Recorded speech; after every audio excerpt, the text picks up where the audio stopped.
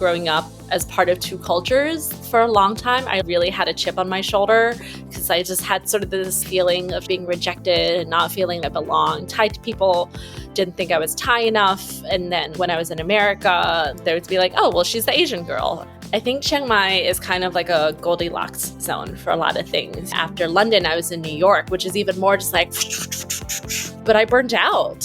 Thailand has gone culturally as well as on a policy level warm and inviting for people. Life is easy to figure out here.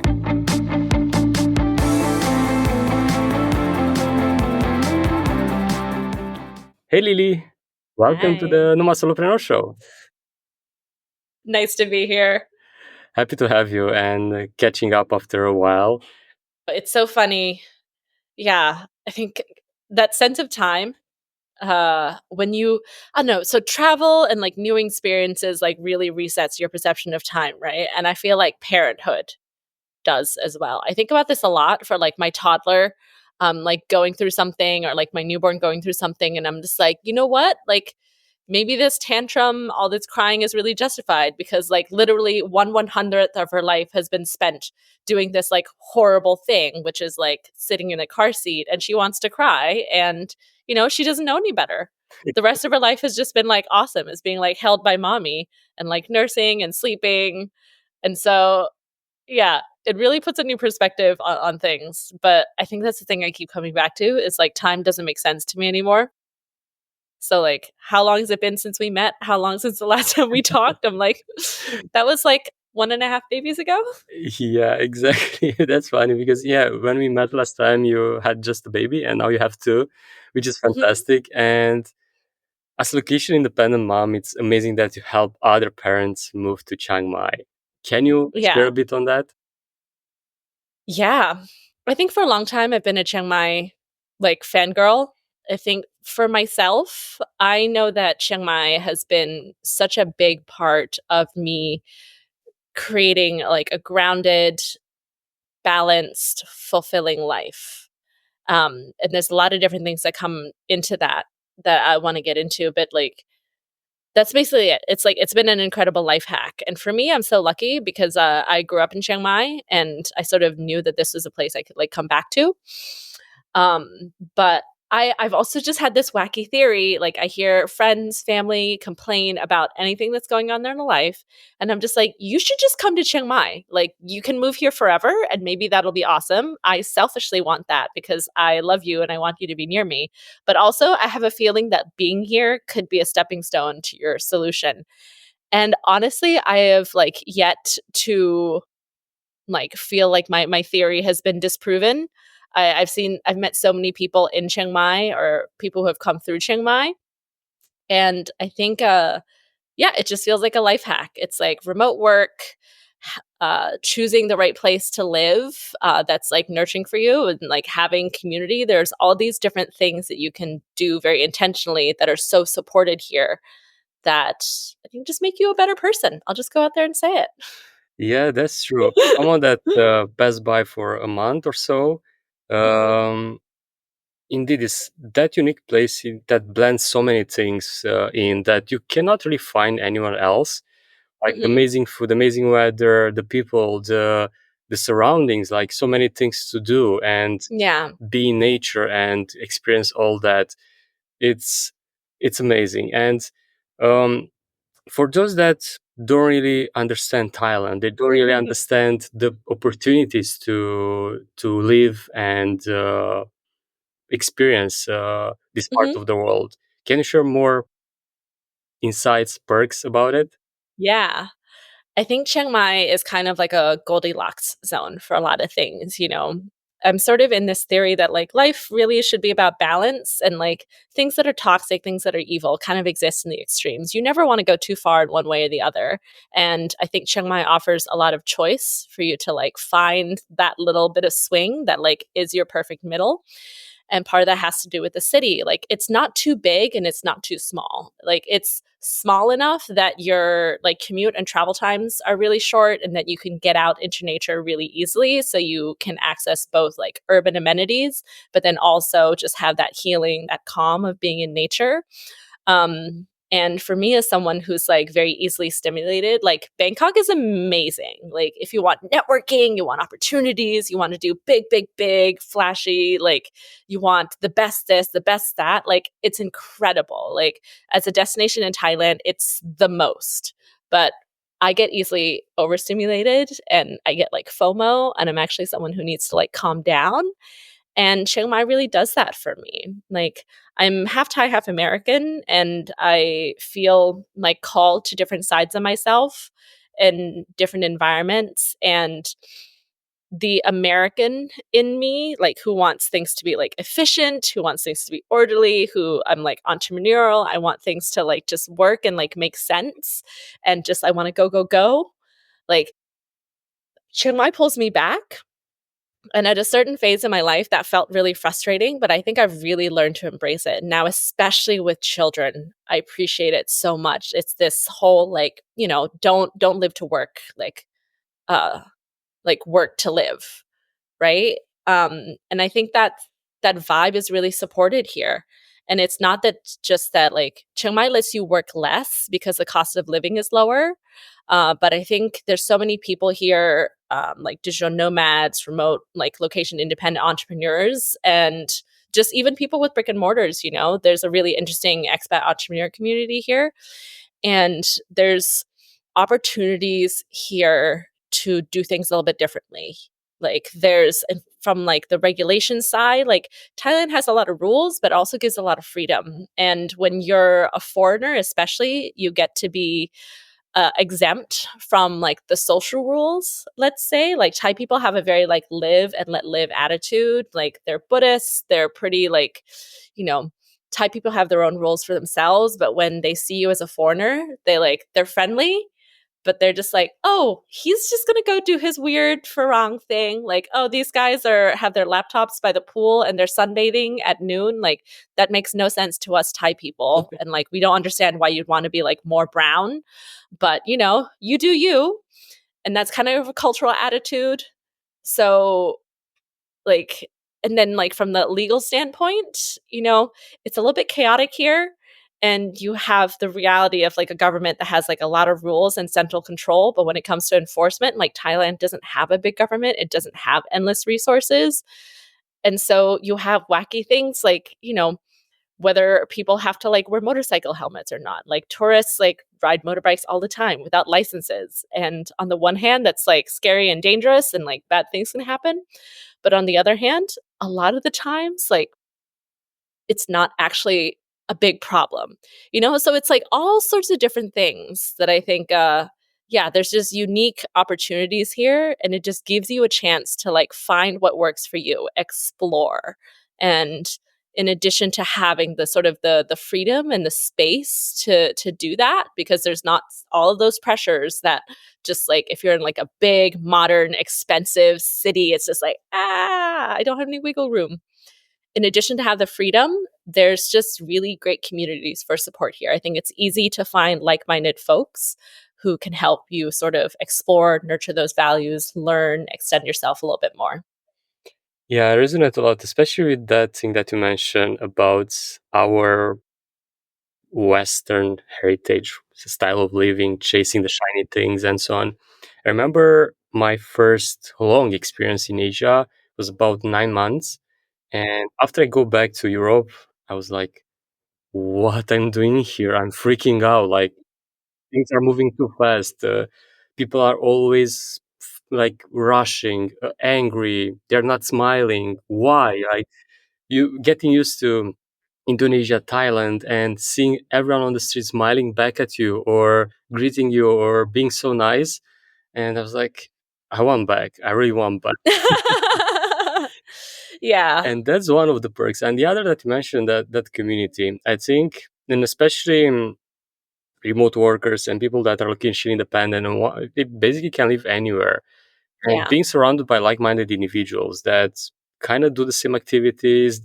they follow the same patterns rather than chasing the, I don't know, holding the golden cuffs or whatever.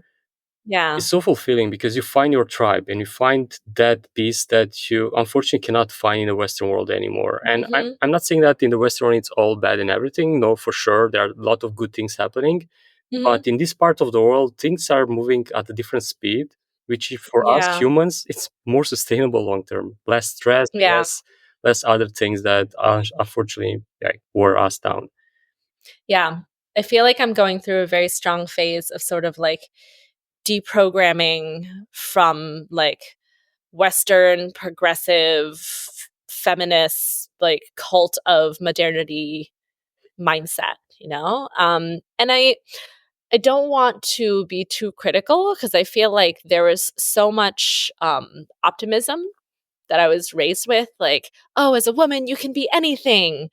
Like I want you to experience the world, get an education, like do all these things for yourself. It's like, um, honoring the individual on so many levels, like having good self esteem. That's great, but there's also some things that I feel like I was missing, like growing up. And there are certain experiences that in my life that have been very valuable, but there's also just some like missing things where I'm sort of realizing that there are trade offs. There's like no such thing as a free lunch, right? Like too much freedom is not a good thing. Like too much entrepreneurship and progress. Like for me personally, Chiang Mai, I feel like saved me in many ways because before I moved back, right? I had been living in London for a while. I moved there to go to grad school. I got into the startup scene and it was really fun, really exciting. Like my brain was so engaged and I really felt like we're doing like such cool things. Like the startup community is like really fantastic and compelling like that. And then after London, I was in New York, which is even more just like but I burned out. Like as someone who really just wanted to try and do my best. And I think I was very earnest. And we're kind of noticing now within the professional world that people say, like, your work should not be your family. Like, that's actually like a red flag. And I'm like, oh, some of these very idealistic instincts I have are maybe not, this is not the right environment to like honor that. And I don't want to like harden my heart, if that makes sense, as the way of fixing solutions. So like I want to be able to be somewhere where I get to honor my desire to like give and be of service and have a soft and generous heart. But like New York's not going to be that place. Right. Like, or even just the people. Maybe there could have been a community for me in New York, but coming to Chiang Mai, it just felt like a more natural fit, if that makes like any sense. Perfect sense, and especially because you went to that stage of Hmm. unfortunately burning out and seeing where this grind and chasing everything can lead to, and after Hmm. that finding a more peaceful place. And for those that don't know Chiang Mai, it's like you mentioned, like it's actually a city. I think it's the second biggest city in Thailand, if I'm not wrong, or the third. Hmm. And It depends exactly how you want to measure it, but like it's definitely one of Thailand's like second cities. Like it's up there with like Phuket or like Pattaya or like other areas that are very developed. yeah, and you have also thanks to that you have access to infrastructure, you have access to a good Hmm. other perks of the modern world, but in the same Hmm. time that blend with nature, the community, Yeah. that almost like an island way of living, even that is not Yeah. an island. It's like island vibe without the beach somehow. I, Exactly. I I get what you mean, where it's just like nestled in this little valley. And oh man, those mountains that surround Chiang Mai and those hikes. I remember like doing a hike there, and we literally had to hike through a riverbed, and Mm. we have to take off our shoes because they weren't waterproof. And first time literally hiking barefoot through the jungle, and Mhm. of course all these small fears pop up in your head, like even some venomous snakes or whatever are in Right. that water and stuff. But we just go with the flow and enjoy it. And yeah, Mhm. that's closeness to nature, that closeness to activities that fuel us rather than wearing us down, may allow us to grow further. And as well, even if you're, let's say, someone that it's speaking of startups in a startup scene and you want to build something, you still can do that there, but at a Yeah. different at probably different pace, and Mhm. without working you down. Yeah. For those that are thinking of changing locations, finding a place to live for their families. Mhm. Um, how hard is that? Since I'm thinking, I'm not a father yet, but I'm Yeah. thinking from that perspective, like school, or of course nowadays homeschooling is very popular and such. But making friends for speaking of kids, like having Mhm. that community around them. Can you share a bit more how that is possible in Yeah. a foreign country?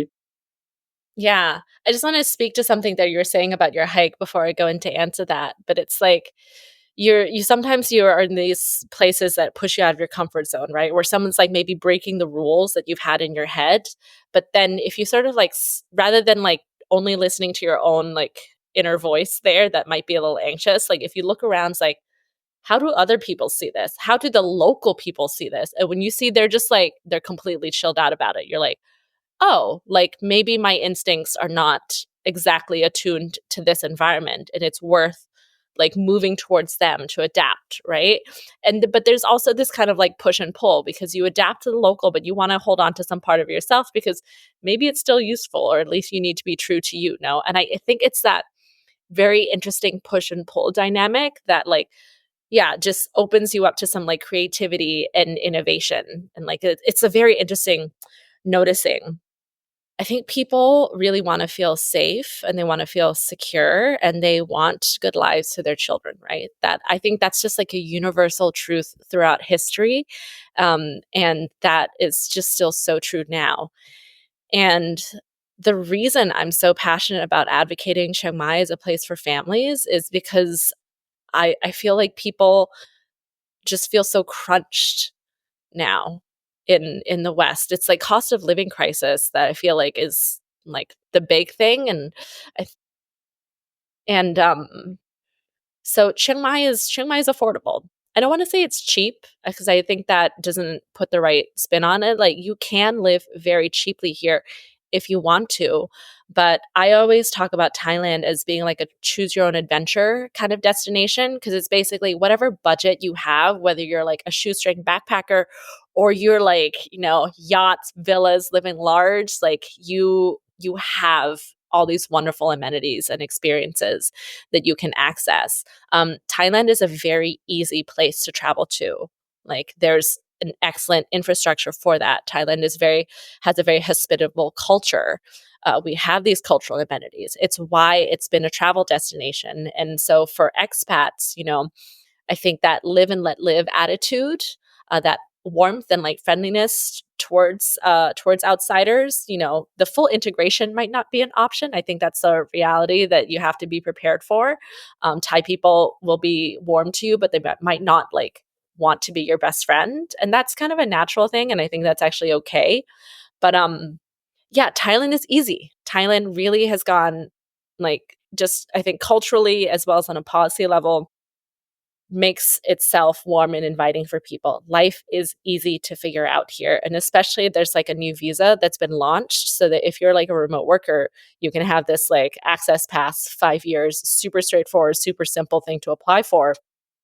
And that visa thing has been a real restriction for a long time. And now that's like basically that gate's like out. So things are just easier. There's a lot less pressure, but like the concern's still there. Safety, security, like community support, you know, I think when you if you're a parent and you want you can find a safe neighborhood to live in, you know, and that's like very easy to find according to your own definition.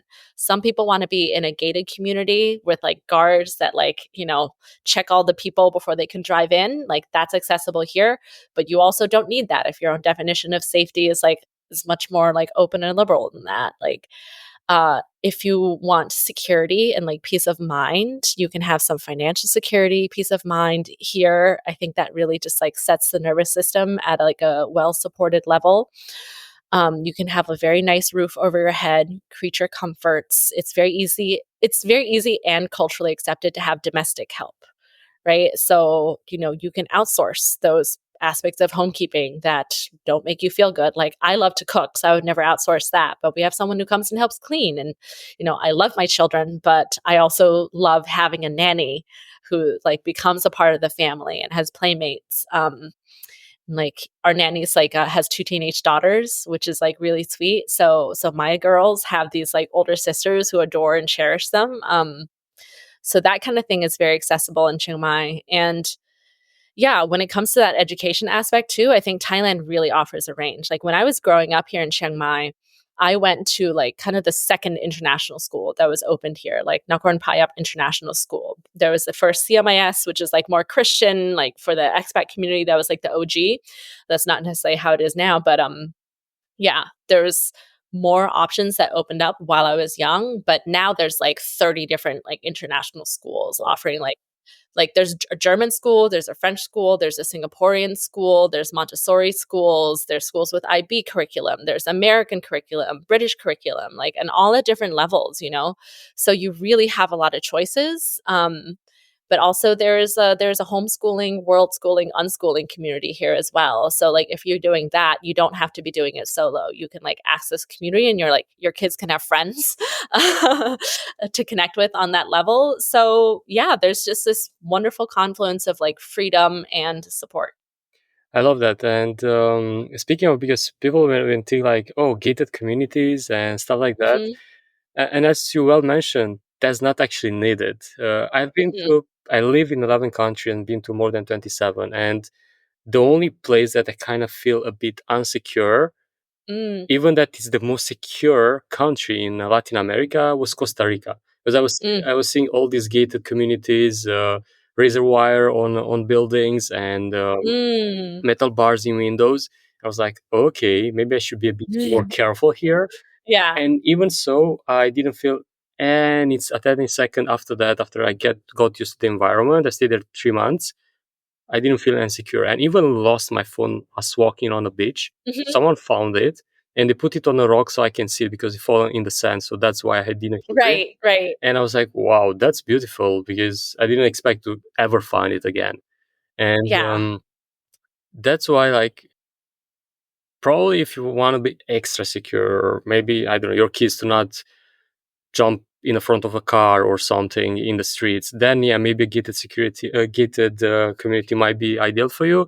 But other than that, I think Chiang Mai is probably one of the safest place I ever been. Like I never Yeah. feel insecure even walking at night. And night scene and Mhm. food scene there, like the street food scene, it's unbelievable. Like I love it so Yeah. much. I can't wait to be back, to just indulge myself with all that amazing food. And it's nice to hear all those opportunities when it comes to education, because I think it's one of the biggest roadblock. People don't move to another country because they don't Sure. have access to that. Yeah. And You worry about their kids. yeah, exactly. And speaking of integration, since indeed when you move to another country, the locals, while they are friendly, smiling, and Thailand is the land of smiles, Mhm.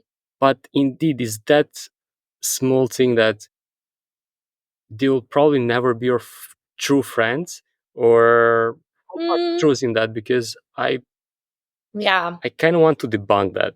Since I Mm, have amazing, for example, here in Indonesia, I have amazing friends. I met you in Thailand, and you're half Thai, so like I mhm. think there's a limit to that. Yeah. I think there's a couple different angles here.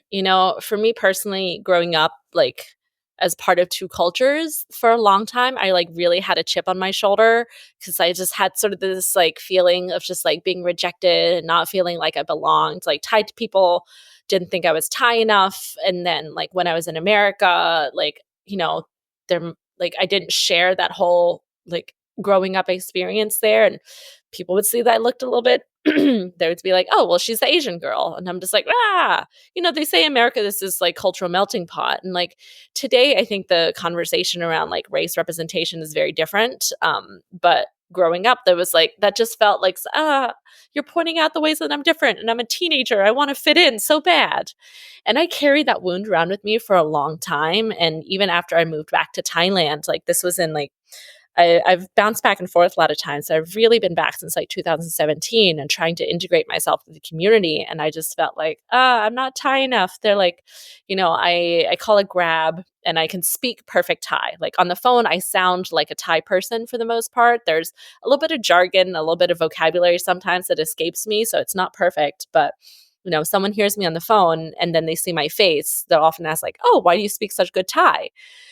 And that used to hurt my feelings. I'd be like, because I'm a Thai person.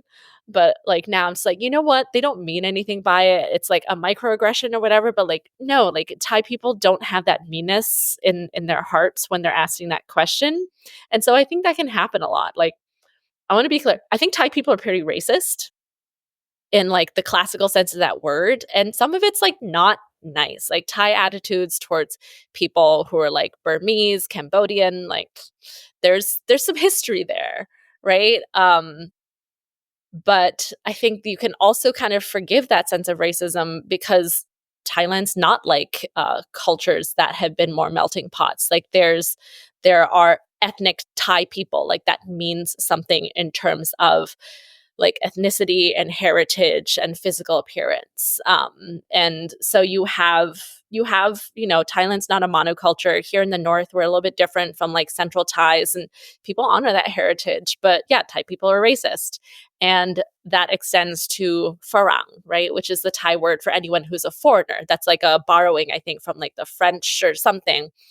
And it's usually for like a white-skinned foreigner, right? But if you're like African American, you still count as Farang. But if you're like a Burmese or something, even if you're like well-to-do, even if you're like a Burmese like digital nomad, blah blah blah, you have all the other like social status things. Like Thai people still wouldn't call that person Farang. It's just that perceptual layer.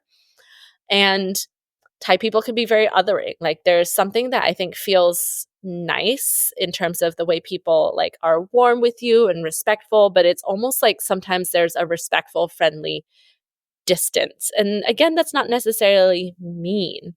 I used to run a lot of meetups for entrepreneurs, and I really I wanted to help be a bridge because I could speak both languages. I had connections in both communities.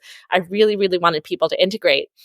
And the first couple of times I hosted the meetup, like there was a really fantastic turnout. There's like great representation from digital nomads, from the like more long-term expat community, as well as Thai entrepreneurs. And I was like, yes, this is exactly what I want. But then I noticed like by like month 6 of running the meetup, it was only digital nomads. And I was like, how do I get the Thai people to come? And finally it clicked. It was like, right, because the digital nomads are all just like they're lonely. They have no friends. They're new here. They don't have like deep business connections. Whereas the Thai people, the more established entrepreneurs here, they're like, they have networks. They have friends. They're grounded. They have roots, right? Like they only have so much like free energy to like make new connections. Versus like digital nomads are almost kind of like desperate for that, right? So I had to sort of reframe it. So like looking at all these like different things, I I've seen people on like Reddit like post and talk about Thailand and just being like, "Oh, people are so fake there." And I think it's like fake in the same way that some people think Americans are fake, and so I can like take that criticism as well. It's like an American just like smiles. An American might smile inappropriately by some people's standards, right? They'll say it's like fake. And some people might think that like Thai smile is fake. But it's just politeness. It's just how you're taught to behave. You don't want to make someone uncomfortable, but you're supposed to kind of read between the lines. And when someone like a Thai person doesn't want to say no. And so like you might invite them somewhere, you might ask them for something, but there's kind of social rules. Like you're not supposed to ask a Thai person for something that they shouldn't like be giving. They'll feel obligated. Like there's this concept called greng zai that you don't want to push that boundary. And so that does not match up well against a culture that says like, if you don't ask, the answer is always no, right? That like entrepreneurial mindset. So tension both ways. It doesn't mean that I think one way or the other is exactly right all the time, but there is definitely a tension. And then there's like on the other side, like you invite a Thai person to come along and they say like, oh yes, that sounds really nice. And then they don't show up to this thing that you invited them to and you feel bad, right? Because you thought that they were your friend, but they were just being polite. It's not mean. They don't necessarily mean anything by it. It's not to say all Thai people are like perfect. Some people may just be assholes, but a lot of times it's just because they sort of, they're comfortable with their own group and they like will be warm towards you, but that doesn't necessarily mean that they feel like they belong with you or they want to get out of their comfort zone. And I think if you think about how you would behave when someone came to visit your hometown, like that might make sense. And like something that I feel a bit critical about, I have a problem when a lot of people think they're like, I want an authentic experience. I want to like become friends with the locals. And I'm like, you're kind of an asshole and you're acting as if Thailand is Disneyland and like our culture and our people are like products that have been commoditized for your consumption. Like, why do you think you're entitled to that? If you want the real authentic Thailand, like come live here, come learn to speak the language, like take your time to make friends. Like you have to earn that stuff, Otherwise, like if someone invites you along and you're lucky, that's amazing. That's wonderful. Someone invites you to like come to like a real Thai wedding.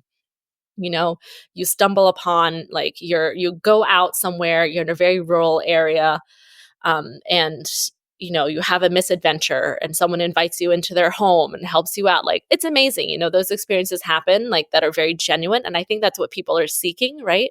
If it happens, awesome, but you are not entitled to it. So anyways, I've talked a lot. I've gone around a lot of things. I think about this a lot. My training is in anthropology, and I'm always looking at people and trying to think in systems. And so I've chewed this idea around a lot in my head. But I love that discussion, since what you brought here is very important, especially for someone that like myself, like so many years on the road, and I still learn something new. For example, about the things Mm, that you just said.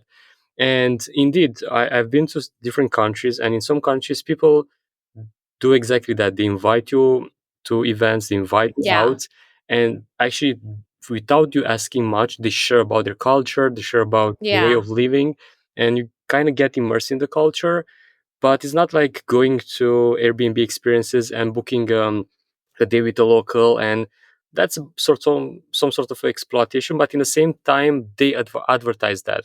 But Hmm. you going like and asking around, like, I don't know, I just want to spend a day with you to see how you live or where you live and stuff like that. Hmm. That's a bit rude. And, Yeah. moving to that aspect of integration between Yeah. someone that's a foreigner and moving to Chiang Mai, let's say. Hmm. Mm, I think on the flip side, yes, that might not be ideal in terms of making friends with the locals and so on. But I think the beauty about Chiang Mai is the big community, the big expat Hmm. community, where you can actually integrate and find people from your own culture, or Yeah. having the same mindset, same way of living. And then Hmm. you might feel more at home than back home, because often when we move abroad as foreigners, if you found people that speak the same language or are used to the same thing, it's much more easier to make friends than probably Yeah. back home, where yes, you have friends from high school, university, whatever, but at some point in time they go on a different path. The city is expanding, or whatever happens, and you kind of see things from a different lens. And Mm. happened to me, like when I went back to Romania to visit friends and family. I was sitting having a sip of a coffee, and like, why I don't have much to say to them, and they back back to me like, why we're so Hmm. different when just a few years ago we were able to talk forever and saying so many things to each other, and now Yeah. we're like strangers. Mm. Not, But then what happens when you meet a Romanian in Bali? Like, and you don't have to like speak English. You don't have to speak a second language. Like, how do you feel then? yeah, I feel very nice, because it's like speaking your own language in a foreign country and seeing people from your own culture. And especially in this place, because for example, let's be honest, if I travel across Europe and I met a Romanian, I might stay Yeah. a bit away. There are many reasons, I don't want to get into details, and I love my Romanians, I love my country. But here, I know that if they are here, they're one of two reasons: either are living the same lifestyle, they are digital nomads Hmm. or remote workers, or they're tourists. And to go to Yeah. here is not really cheap for a Romanian to travel to Mm. Bali or to travel to Thailand. And those individuals are quite different. in terms Mhm. of how they see things, how they behave in society, and so on. While in Europe, it's something else. It's much more cheaper to travel abroad. Not everyone, and it's like in any other culture, you have Yeah. like bad roots, let's say, and Yeah. you kind of don't want to be involved with some of those people, unfortunately. Mhm. There's some aspects where you want things to be easy, but not too easy, right? And Thailand definitely has a problem with mass tourism, that I think we're kind of in a moment where we're trying to figure out like how to grapple with that. You know, there's nothing like has been reported in like Mexico City or in, like Lisbon where people are protesting against digital nomads. If someone says that that's happening in Chiang Mai, I think it's like just it's a very strong media bias happening.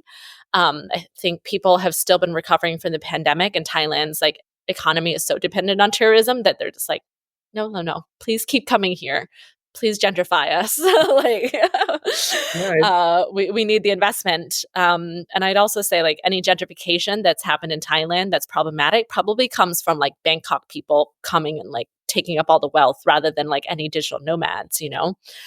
Um, but yeah, I was yeah, saying there's kind of this line like you want easy but not too easy. Like I've been writing a blog that my husband and I have been developing called like CNX Local, and the idea is like we want to show you how to live in Chiang Mai like a local. And we want it to feel accessible for people like families to be like, you can still have your same quality expectations of like and creature comforts that you have expected from your life that like help you to run a good life for your family. Like here, some things may even be better, like access to like cheap organic food, for example, you know, like really affordable healthcare. um so we want to transmit that. We want to, it's just hard to Google for things sometimes. Like a lot of information has not been well captured. And I think Chiang Mai, from like an SEO standpoint, like a lot of people would just say, like, oh, well, all the money's going to come from Bangkok. So in many ways, the Chiang Mai as an SEO niche is like not being considered lucrative enough. So we're like trying to go after it. If you look at all the top ranking like SEO articles for Chiang Mai, a lot of it's not from local people. A lot of it comes from like the travel blogger angle. So we're trying to present a certain voice for a certain community who want to be here and not just be short-term visitors. They want to sort of be a little bit more integrated, and we want to help ease that passage. We're launching a relocation service to help families just do that, just have access to like my knowledge, our knowledge, to help them just overcome the hurdles for their just specific family's challenges. But on the other hand, you know, there's a couple of like hidden gems. There's a couple of like local unique spots that are like my husband and I are just like, do we want to put this in our cafe directory? Cause like it's so nice, but there's only 5 seats. And if I go in there and I stop being able to just like walk in whenever I want, like I'm gonna be really sad. You know? So I kind of struggle with that, like even just like internally, personally myself, right? Like you want to roll out the red carpet and be welcoming, but you also hope that you're not like completely overwhelmed because that comes with its own sets of issues. And you want some of the local hidden gems to like stay that way sometimes. yeah, and I completely agree with that. Since I was introduced to some local gems here in Bali, and Hmm. unfortunately, they became popular, and they, like influencers and tourists ruined them. And Yeah. you don't want that. You don't want that, especially some like small places that cannot actually fill a bunch of people. Yeah, you Yeah. want to keep those for yourself. And mm, speaking of blogging and sharing information about the place, Hmm. I completely agree. When I first came to Chiang Mai, apart from being introduced to you and searching online, like especially on YouTube or Google, was flooded with nomad influencers or people that were Yeah. just passing by Here's how to saying a live in Chiang Mai off of $500 a month. Like, exactly. it's so cheap. Yes, exactly. And I was like, yeah, I don't want that information. I want authentic information. I want real information about Chiang Mai Yeah. and the spots. And it's nice that you do that work because indeed it's so it's such a nice place to live. Like I Mhm. always said myself after I left, like I want to come back, and actually I'll be coming back by the end of this year or the beginning of Yay. next year. And I'm really looking for, since I barely scratched the surface in Hmm. a month that I stayed there. And mm, in terms of visa, because you mentioned the 5-year nomad visa they just launched, can you share a bit Yeah. more details on that? How people can apply and if there are any Yeah. restrictions? It's so I've been on this topic of digital nomad visas for a while. I can't take credit for this awesome visa that Thailand has launched because my advocacy was like sort of before I got distracted by my beautiful babies. I dropped the ball on that a little bit in the Thai context, but I so my background is I tried to advocate for digital nomad visa in Thailand. And I found the process of working with the government like very frustrating. So I kind of like looked at the whole world like within the pandemic. It was really interesting to see the experiments that happened. And so I tried to capture that knowledge and actually wrote like a white paper on digital nomad visas so that like I could lend my experience to policymakers and anyone else who was just like nerdy about this topic like me who wanted to make this happen. And I designed like for that white paper what I thought was basically like a perfect visa. You know, like it should be really easy, it should be really flexible. And I was thinking for the mindset of like looking at all these countries that have visas for remote workers, not digital nomads, because a lot of those things they wanted you to like kind of dig in your roots a little bit more, like either by paying tax or you have to have like proof of address or these things that just require you to be a little bit more invested and integrated. And that in and itself is not bad. But if you're advertising this visa for digital nomads who are by definition nomadic, they want to maybe someday they're going to settle down. But by definition, at the moment, they're like, they want freedom and flexibility, right? Like none of these visas felt like they really lined up. But what Thailand has done with the Destination Thailand visa is a visa that's really fantastic for digital nomads, for people who like slow travel, you know, the slow mads who want to just move in and out. They like to return to Thailand and have a home base here, as well as the remote workers who want to like settle down and maybe like build some roots and like have a little bit of security here. So the Destination Thailand visa is like a 5-year multiple entry visa. And the way that it works is if you qualify for the visa, you need 500,000 Thai baht equivalent in savings. Um, and you need to have proof of remote work. So that's just a couple documents, can be self-certification. So it works for freelancers as well as people who may be like more corporate digital nomads with employment contracts. But they've made this so broad that you can even sign up for courses in Thailand. There's like a soft power category. So that if you want to study Muay Thai or cooking, like on the basis of that course, you can still get a 5-year visa. And once you have that visa, you get 180 days, like when you stamp in at like the border, you know, and you can extend for an additional 180 days at the immigration office without having to leave the country. Or you can just exit the country. And when you come back again, you get an automatic 180 days. And so that's not capped. There's no limit to how many days you can be in Thailand per calendar year, right? It's really just that like as long as like 180 and 180, that's the limit. But within 5 years, you can maximize the time that you're in Thailand, like within that. So I think it's pretty amazing. And the It wonderful is. thing is you can also have dependents. So there's no minimum income, and that 500,000 baht in savings that you have to demonstrate is just for the primary applicant. You can bring in like your spouse and your children on that same visa. And so that makes it really accessible to people, I think. Yeah, it's one of the easiest to apply visa that I heard of. Yeah. Since I was checking as well in other locations because we plan to stay longer in different parts of the world Hmm. rather than moving. We are slow nomads afterwards, Yeah. slow nomads, and It's more sustainable. exactly, you can build routines. You can actually do Hmm. something, not just pack, move. Yeah. Admin. That's not fun anymore. And I feel like to be able to stay 6 months in one place, and even if you live and come back, uh, Yeah. you can explore the countries around Thailand, which are amazing as Yeah. well, and come back, stay another 6 months, do vacation for a few Yeah. weeks, come back, and it's so nice to have that base. And mm, they really did a great job, and you did as well an amazing job to advocate that and to put that white paper. I know how many months you work on that, if not years, and it's so nice to see they act upon it, because I remember the reason why I stay, I think it was around 2 years ago, only 1 month, because it was so hard back then to get a visa Yeah. and actually extend it and so on, and it was just a headache. And I was like, I'll come back when they actually implement the Nomad visa, and yes, finally they did, and it's easier than ever to do so. And for those that listen to our conversation. They're like, Mhm, wow, this is amazing. I want to try out to see how Chiang Mai might work for me and my family. mhm. Where they can contact you, they want to get in touch and see if you can help them.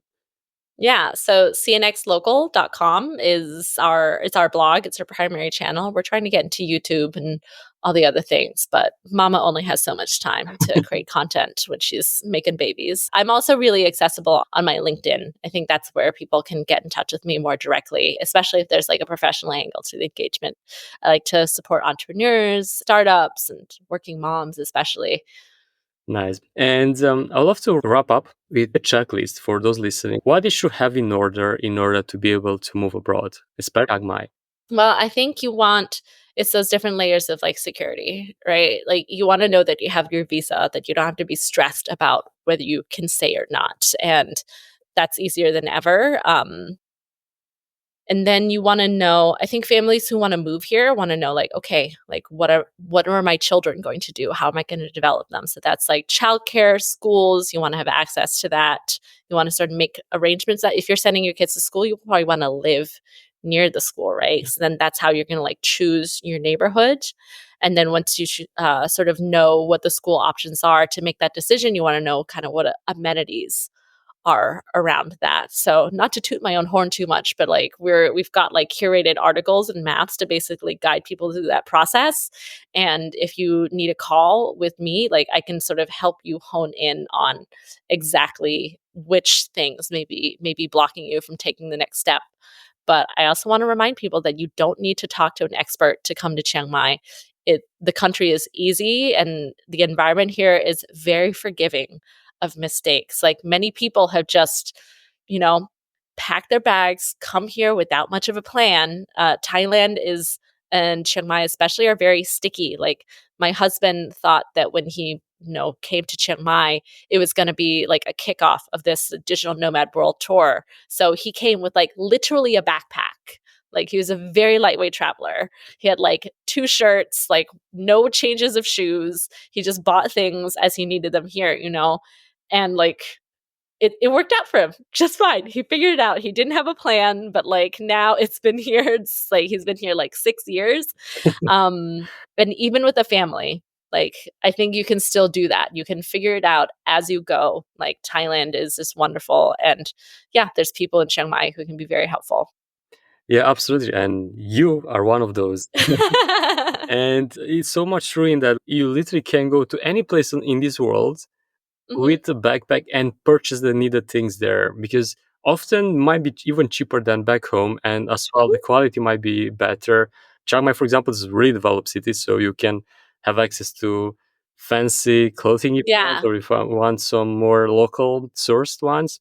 So yeah, definitely don't Mhm. overthink these things if you want to try it and see how it goes. Absolutely. Thanks so much, Lily. It was great to catch up with you. Yeah, really fun chatting with you, Gabe. Thank you. You, yes, you. You're one of the few that stick to the end. And I want to thank you from the bottom of my heart for doing so. If you haven't subscribed already, please do so below. And if you got any value from this, please share it with a friend. They might got some value from it as well. Thank you so much, and until next week, pura vida!